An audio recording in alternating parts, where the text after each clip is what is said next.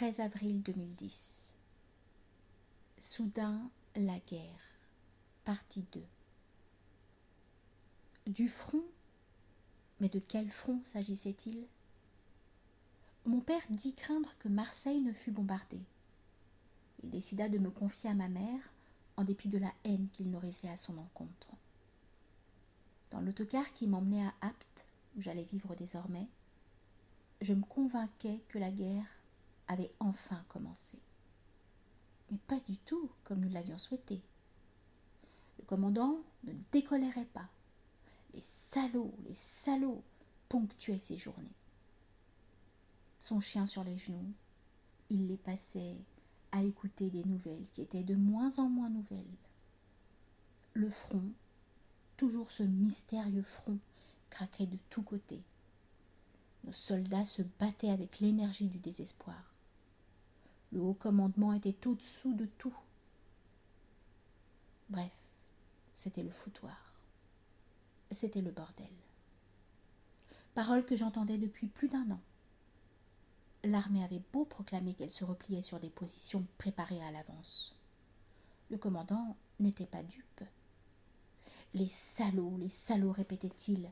Sa fureur se communiquait à son chien, un petit animal teigneux qui, à la moindre occasion, montrait les dents avant de se rendormir avec la conscience du devoir accompli.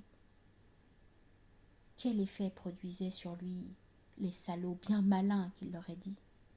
En tout cas, il accompagnait ces mots d'un aboiement convaincu qui lui valait une tape sur le dos.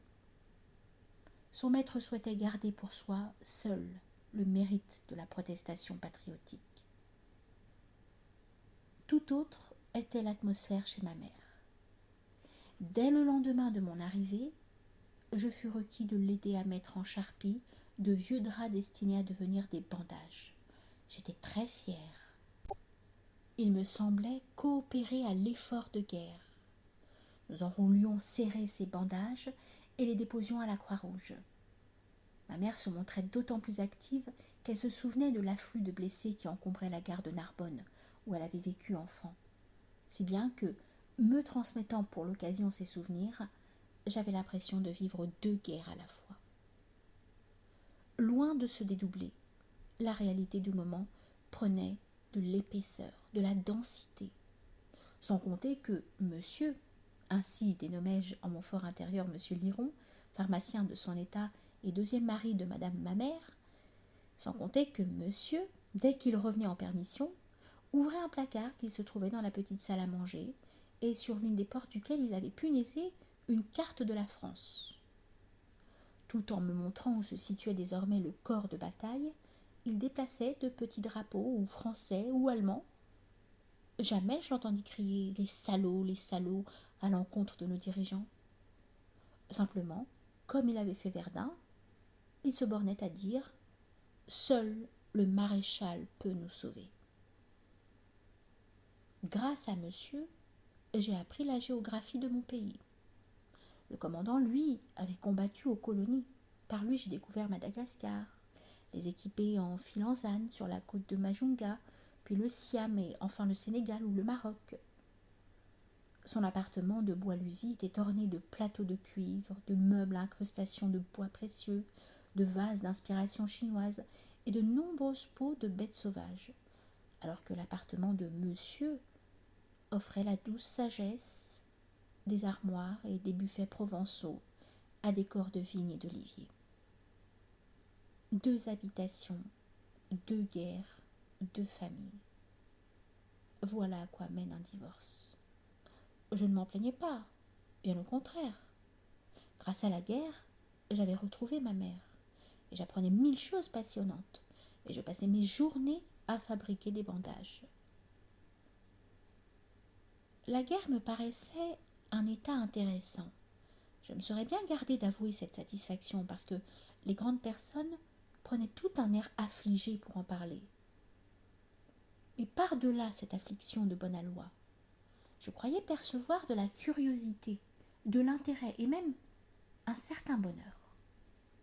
La moindre nouvelle, la plus petite rumeur, le bruit le plus infime, tout devenait sujet de conversation. On répétait, on colportait, on échangeait, bref, on vivait 10 fois plus qu'en temps de paix. Et savez-vous, et je viens d'apprendre, on m'a raconté sous le sceau du plus grand secret autant de mots, autant de bribes, autant de manières de se sentir concerné, informé, important. Madame n'y allait pas par 4 chemins. Un couffin à la main, elle quittait la pharmacie en disant à monsieur « Je vais à la chasse ». La voyant disparaître sans fusil, je me perdais en conjectures. À quelle chasse se livrait-elle ? Dès son retour, je courais à son couffin. Grande déception. Il contenait des légumes, de la viande, du pain. Rien qui se chassât. J'ai mis des mois à comprendre qu'elle chassait, mieux, qu'elle pourchassait les ragots, les rumeurs, tout ce qu'elle ne rencontrait pas dans les journaux ou qu'elle n'entendait pas à la radio. Non qu'elle fût cancanière, mais elle cédait ainsi à l'air du temps, à une instabilité, à un déséquilibre. Que pouvait-on fonder en des heures aussi incertaines ? Monsieur passait ses semaines à Marseille, à l'hôpital Michel Lévy, où il était mobilisé. C'était sa manière de faire la guerre. Quant à madame, elle tenait la pharmacie avec talent. Il se retrouvait le samedi matin, jour du marché. Il y avait alors un monde fou dans les rues, en particulier dans la rue des Marchands.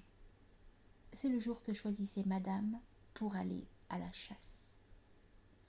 Soudain, il nous fut enjoint de ne plus apporter à la Croix-Rouge des bandages ni des pansements. J'en conclus qu'il ne devait plus y avoir de blessés, espèce rare à mes yeux, puisque je n'en avais jamais vu. Me suffisait, il est vrai, la description que madame avait faite des trains qui entrent en gare de Narbonne et desquels on descendait à grand renfort de brancards, des hommes à toute extrémité, aux bandages ensanglantés, aux bras en écharpe, tandis que d'autres éclopés se déplaçaient à l'aide de béquilles en sautillant, comme des oiseaux, au milieu de cornettes blanches. Des gendarmes, de la police militaire et de blouses blanches des infirmières. Mon autre bonne maman offrait du vin chaud, des gâteaux à ses affamés. Quand elle revenait chez elle, son service terminé, elle confiait à son mari : « Si tu voyais ses regards, tu aurais peur ou pitié. » C'est madame qui me rapportait ces propos. « Et pourquoi ? » demandait le mari. « Parce que ces hommes sortent de l'enfer. Les uns sont devenus des diables, les autres des mendiants d'amour. » « Comme tu y vas, Marguerite, » se contentait de dire le mari, mon autre grand-père. Je ne l'ai pas connu. Et Marguerite y est allée de bon cœur puisque elle a ramené chez elle un grand blessé à qui elle a donné toute la charité dont elle était capable, le lavant, le nourrissant à la petite cuillère, le veillant des nuits durant et s'y attachant tant et tant que, le bonhomme, enfin dispo, elle est partie avec lui le jour même où les cloches de Narbonne ont fait un boucan de tous les diables pour annoncer l'armistice. C'était le 11 novembre 1918. En guise de cloche, nous avons eu droit au tocsin. Je m'y attendais. Non seulement parce que les conversations de mon père avec mon grand-père à Vienne m'avaient alerté sur l'issue fatale de cette guerre, pour ne rien dire des interjections du commandant Mazoyer que j'aurais été fort heureux de reprendre à mon compte, si leur grossièreté n'avait pas dû m'attirer les foudres de madame, et Dieu sait si elle avait la main leste. Mais aussi parce que je venais d'être le témoin d'une scène d'une rare violence. Il allait être midi. On a frappé à la porte. Madame s'est trouvée nez à nez avec un clochard qui lui apportait une brassée de lit. Sans réfléchir, elle échangea ce gros bouquet contre quelques piécettes et le déposa sur la table de la cuisine. Je vis s'éloigner cet homme. Il comptait ses sous. Épaules voûtées, cou en avant, il paraissait triste. Madame me repoussa pour fermer la porte. À midi, une voix un peu chevrotante s'éleva du poste. C'était la voix du maréchal Pétain. Il expliquait qu'il venait de demander l'armistice. Aussitôt, madame cria. Elle couvrit ainsi la voix du vieux maréchal. De ma vie, jamais je n'entendais un tel cri. Je l'entends encore. Je l'entendrai jusqu'à mon dernier souffle. Il venait des entrailles, du plus profond de l'être, tour à tour hurlements et ululements. Quelque chose qui montait de plus épais de la nuit, du plus lointain des siècles et qui durait, durait. Souffrance, agonie, mort. Et le cri reprenait, sauvage, instinctif, terrible, tandis que, d'un geste saccadé, madame prenait une à une les hampes des lits, les saisissait, les jetait à terre, jusqu'à la dernière, avant de les piétiner, de les réduire en une bouillie verdâtre, fleurs, feuilles et hampes mêlées.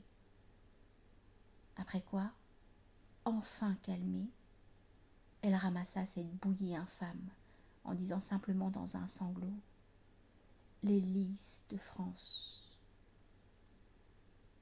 Le tocsin pouvait bien sonner, le glas retentir, le deuil commencer. C'en était fait de la France, de la légitimité de la France. À table, elle raconterait cette scène à monsieur. Une fois, 2 fois, des dizaines de fois, non pas pour embellir son récit, mais pour s'en pénétrer. Elle en appellerait à Antigone, à Blandine de Lyon, à Jeanne d'Arc, ses amies, ses confidentes. Elle était à jamais en deuil de la France. Monsieur essayait de la rassurer. Germaniste, il évoquait devant elle un texte de Goethe intitulé « Campagne de France ». Il lui rappela qu'au mois d'août 1792, les Alliés pénétrèrent en France sous les ordres du roi de Prusse et du duc de Brunswick. Ce n'était donc pas la première fois que notre pays était envahi. Madame secouait la tête, elle ne voulait rien entendre. Toutefois, comme elle voyait son mari contrarié, elle prenait sur elle, souriait et lui demandait de continuer. Moi j'ignorais qui était ce monsieur Goethe et ce qui s'était passé en 1792. Mais j'aimais écouter monsieur, il savait tant de choses. Et voici ce monsieur Goethe se rendant sur le théâtre de la guerre par désir de partager les périls de son souverain et ami. J'aurais été heureux d'être l'ami d'un roi et de partager ses périls. Mais depuis que madame avait écrasé les fleurs de lys, il n'y avait plus de chance qu'un roi survienne. Monsieur portait une vive admiration à monsieur Goethe. Il me l'a transmise. De sa voix, il subjuguait madame. À présent, elle l'écoutait, telle une petite fille, le menton dans ses mains, les coudes sur la table. De Francfort, elle alla à Mayence à la suite de monsieur Goethe et rencontra les premiers émigrés, les premiers partisans de la Révolution française. Puis rejoignit le régiment Weimar.